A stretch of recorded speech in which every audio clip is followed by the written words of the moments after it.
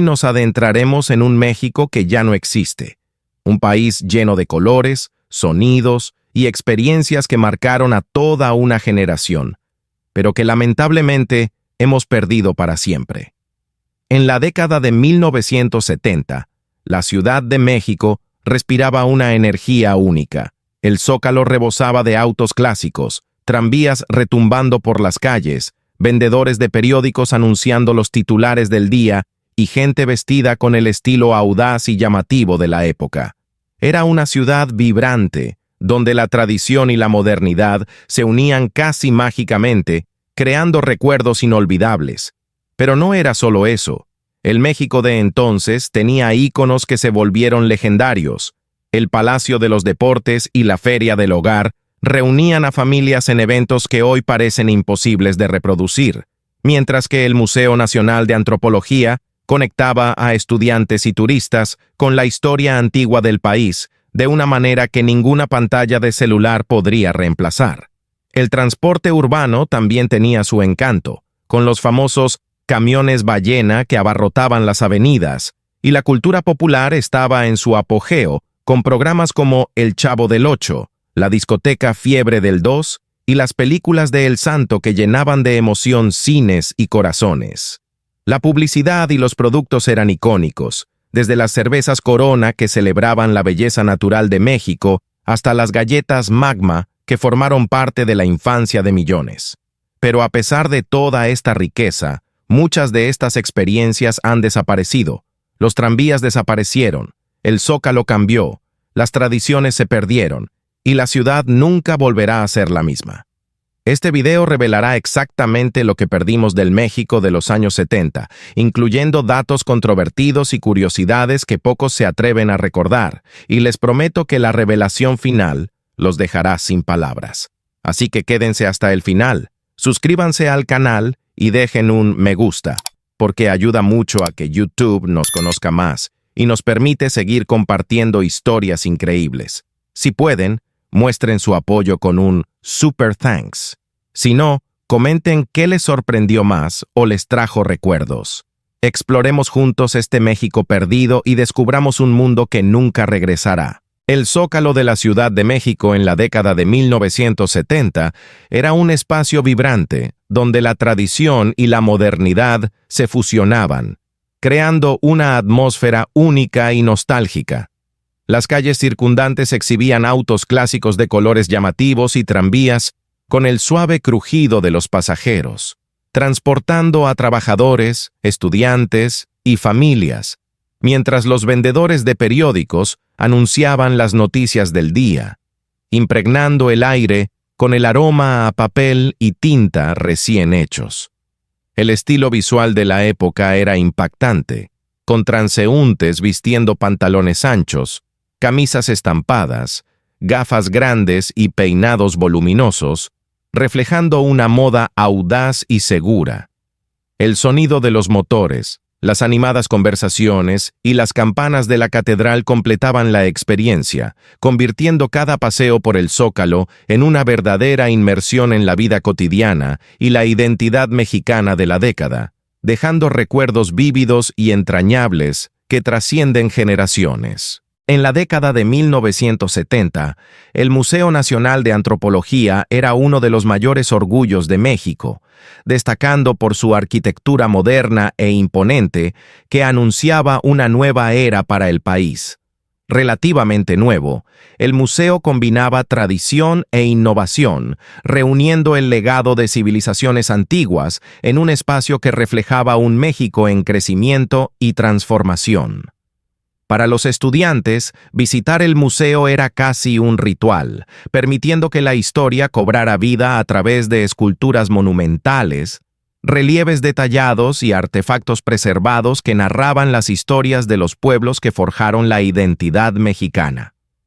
Para los turistas, era una visita obligada, ofreciendo no solo impresionantes exposiciones, sino también un ambiente de respeto y admiración por el pasado. Grupos recorrían los pasillos observando cada pieza, mientras los guías explicaban sus orígenes, costumbres y significados. Y el patio con su fuente monumental creaba un equilibrio entre arte, naturaleza e historia. Explorar el museo en esa época era como sumergirse en un universo de conocimiento y curiosidad, despertando el orgullo nacional y consolidando el espacio como un punto esencial para valorar la cultura mexicana, cuya especial energía en los años 70 reforzaba la conexión íntima de cada visitante con las raíces del país. En la década de 1970, el Palacio de los Deportes era un vibrante punto de encuentro en la Ciudad de México, conocido por su enorme cúpula de cobre y el flujo constante de familias en busca de ocio y nuevas experiencias. El espacio no se limitaba a eventos deportivos o espectáculos, también era escenario de la famosa Feria del Hogar, un evento muy esperado que reunía a expositores que ofrecían muebles, utensilios, ropa, juguetes y pequeños inventos que despertaban curiosidad y fascinación. Los coloridos pasillos se llenaban de sonidos, demostraciones en vivo y la alegría de los niños frente a los juguetes, mientras que los adultos se maravillaban con las novedades tecnológicas y los objetos inusuales. Más allá de las compras, la feria ofrecía espectáculos y actividades culturales y musicales que hacían el ambiente acogedor y dinámico, transformando cada visita en una experiencia única de descubrimiento y convivencia. El palacio se convirtió en un espacio donde la diversión, la cultura y la modernidad se unían, creando recuerdos inolvidables y reforzando la sensación de una época marcada por el entusiasmo, la exploración y los momentos familiares compartidos. El transporte urbano en la Ciudad de México atravesaba una época de transformación y entre los elementos más llamativos de esta época se encontraban los llamados camiones ballena, autobuses de impresionantes dimensiones que rápidamente se convirtieron en iconos de la vida cotidiana de la ciudad. Estos vehículos llamaban la atención no solo por su longitud y capacidad, sino también por su robusto diseño y el detalle de la gran insignia metálica con la imagen de una ballena, que les otorgaba un carácter único y fácilmente reconocible.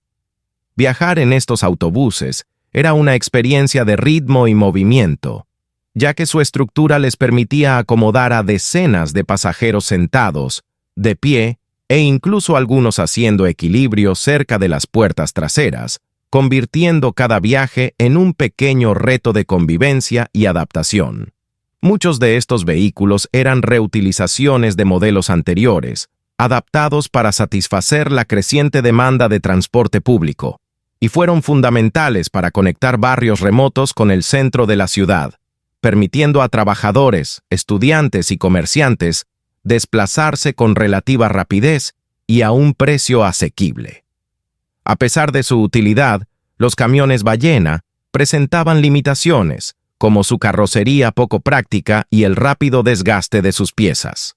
Estas características llevaron a su sustitución gradual por autobuses más modernos a principios de la década de 1980.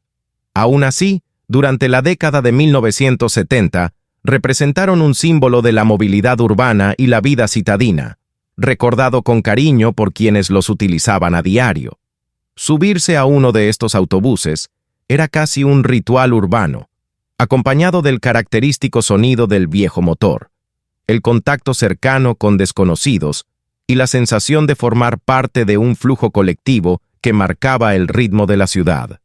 Más que simples medios de transporte, los camiones ballena eran elementos vivos del paisaje urbano, formando parte de las historias y recuerdos de quienes crecieron observando y participando en la evolución de la Ciudad de México, dejando huellas imborrables en la memoria de una generación que aún recuerda el ruido, el bullicio y la imponente presencia de estos autobuses gigantes. Esto marcó un período de gran prestigio para el boxeo mexicano, consolidando al país como una potencia en el deporte y presentando figuras que se convertirían en verdaderos íconos, como Rubén Púas, Olivares y Miguel Canto, cuyas carreras dejaron una huella imborrable en la historia del boxeo.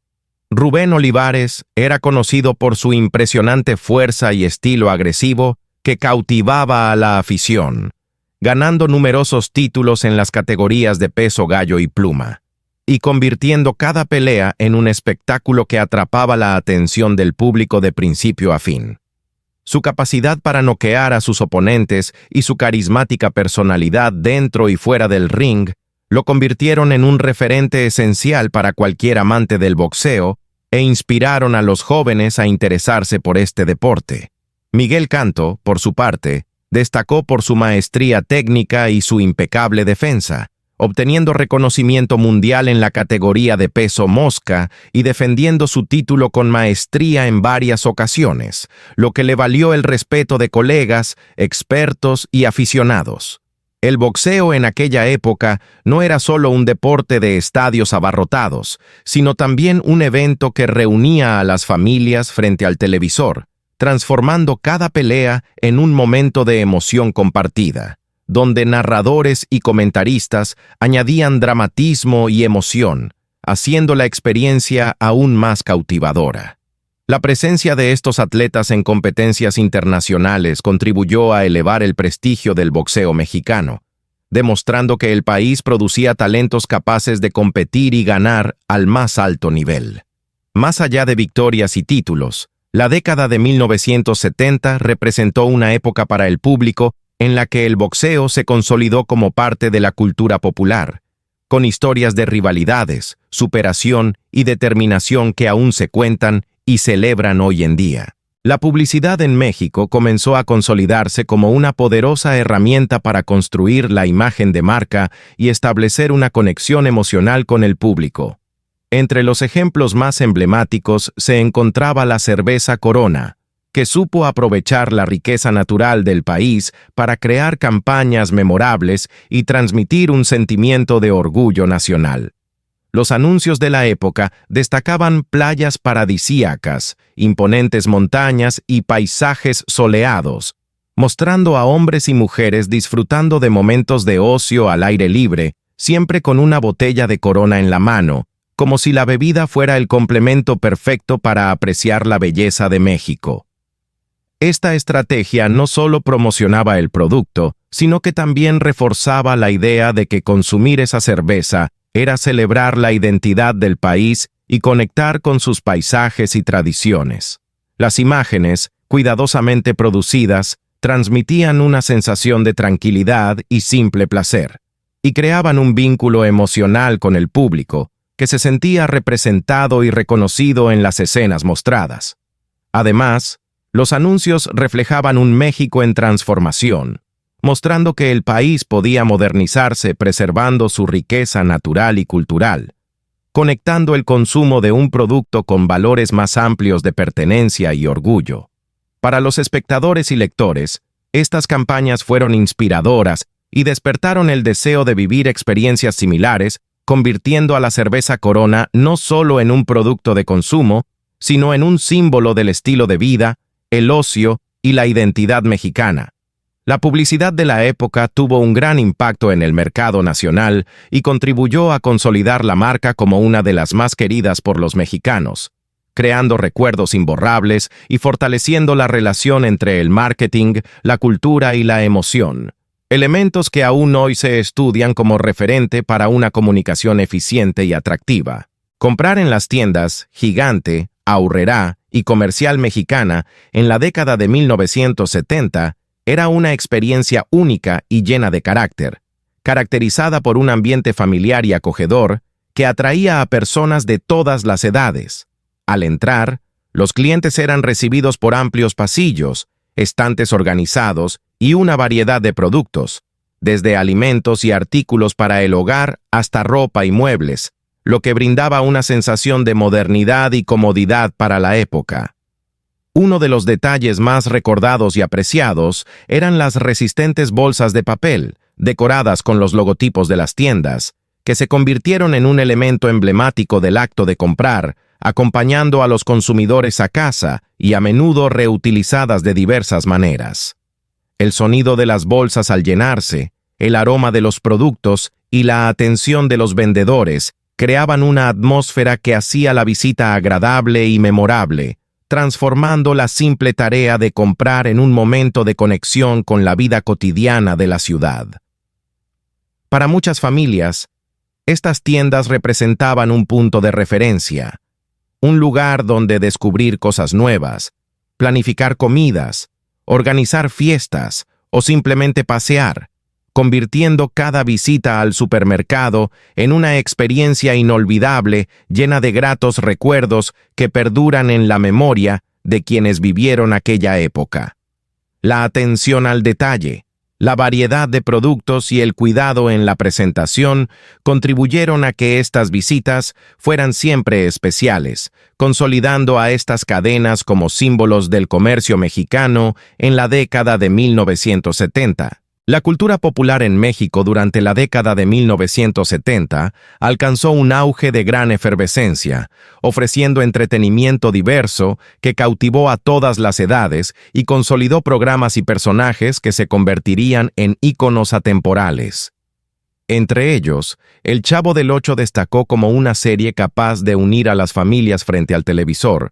con su humor sencillo, personajes carismáticos y situaciones cotidianas que reflejaban la vida de la población de forma divertida y cautivadora, creando recuerdos entrañables que perduraron durante generaciones. Al mismo tiempo, el programa Fiebre del 2 llevó la energía de la música disco al público mexicano, con pistas de baile iluminadas, coreografías elaboradas y actuaciones que permitieron a los jóvenes expresarse a través del baile, incorporando tendencias internacionales y acercando a México al movimiento cultural global de la época. Por su parte, las películas de El Santo, el legendario luchador, combinaron acción, fantasía y elementos de terror, transportando al público a aventuras llenas de suspenso y emoción, a la vez que reforzaban la figura del héroe que se enfrentó a enemigos fantásticos y salvó la situación, conquistando las salas de cine y los corazones de espectadores de todas las edades. Esta diversidad de opciones culturales mostró cómo la década ofreció formas de entretenimiento que iban desde el humor familiar y la música pegajosa hasta las películas de acción populares, reflejando la creatividad y vitalidad de México y consolidando una identidad cultural que aún es celebrada y recordada con cariño por quienes vivieron aquellos tiempos. El Festival Avándaro fue un evento emblemático para la juventud mexicana, reuniendo a miles de personas en una escena que se convirtió en símbolo del rock y la contracultura, reflejando el espíritu de libertad y experimentación de la época. Mientras la ciudad crecía y se transformaba con nuevas avenidas, edificios y expansión urbana, productos clásicos como las galletas Magma conquistaron al público con su colorido empaque y sabor inconfundible, convirtiéndose en una presencia constante en las reuniones familiares y las meriendas infantiles.